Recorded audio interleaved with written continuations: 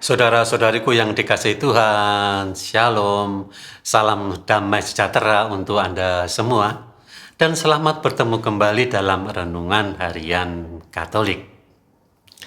Hari ini kita mau mendalami ketakutan kita. Dan ketakutan itu menjadi jalan kehilangan untuk iman kebangkitan. Iman kebangkitan itu wahyu, tetapi kadang-kadang itu menjadi hilang karena ketakutan kita. Itulah yang kita temukan juga dalam diri para murid.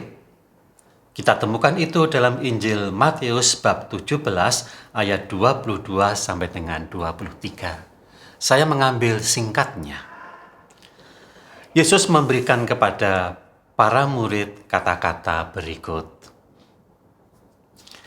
Waktu Yesus dan murid-muridnya bersama di Galilea, ia berkata kepada mereka, "Anak manusia akan diserahkan ke dalam tangan manusia, dan mereka akan membunuh dia, dan pada hari ketiga ia akan dibangkitkan." Setelah itu apa yang terjadi dalam diri para murid?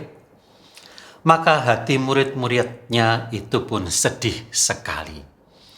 Padahal Yesus sudah memberikan sebuah kata, setelah penderitaan dan kematian ada yang namanya kebangkitan.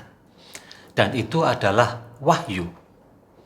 Namun wahyu yang begitu mempesona itu menjadi tidak kita temukan ketika kita dalam situasi takut kehilangan.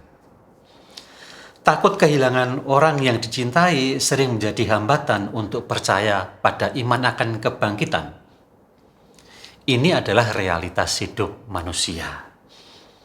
Maka baik kalau saya mengutip kembali apa yang kemarin kita baca dari Katekismus Gereja Katolik, artikel 50. Dengan bantuan budi kodratinya, manusia dapat mengenal Allah dengan pasti dari segala karyanya. Kebangkitan adalah karya Allah. Namun masih ada lagi satu tata pengetahuan yang tak dapat dicapai manusia dengan kekuatannya sendiri, yaitu wahyu ilahi. Jadi gereja mengajar kita untuk melihat iman kebangkitan bukan dalam tataran hati, bukan hanya dalam tataran emosi, bukan hanya dalam tataran pikiran, tetapi dalam tataran roh. Karena hanya dengan roh kita bisa memahami dan menerima wahyu. Apa yang dinyatakan gereja ini nampak jelas dalam Injil yang baru kita dengar tadi. Tetapi untungnya, saudara-saudariku yang terkasih, untungnya iman kebangkitan itu bukan hanya sekedar ajaran, tetapi dibuktikan oleh Yesus sendiri dan disaksikan oleh para murid. Itu untungnya.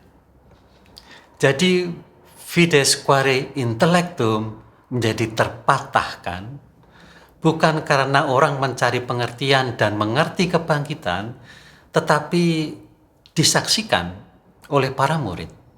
Ada bukti yang dapat dipegang, diraba, sampai pun Thomas berkata, "Ya Tuhanku dan Allahku," ketika ia berani untuk memegang Tuhan dalam luka-lukanya.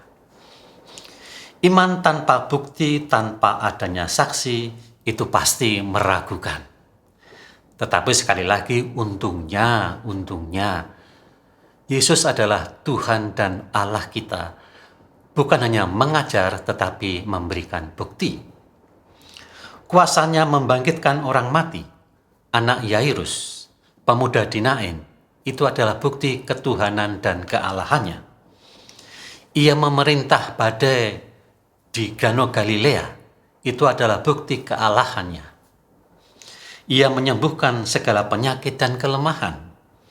Ia mengusir setan. Semuanya kuasa Yesus itu untuk menunjukkan kepada kita seperti yang dikatakannya sendiri, bahwa Dia dan Bapa adalah satu. Saudara-saudariku yang dikasihi Tuhan, iman tanpa bukti dan tanpa adanya saksi itu meragukan. Tetap saja kita harus memahami fides quaerit intellectum, tetapi roh dan wahyu lebih besar dari manusia. Shalom.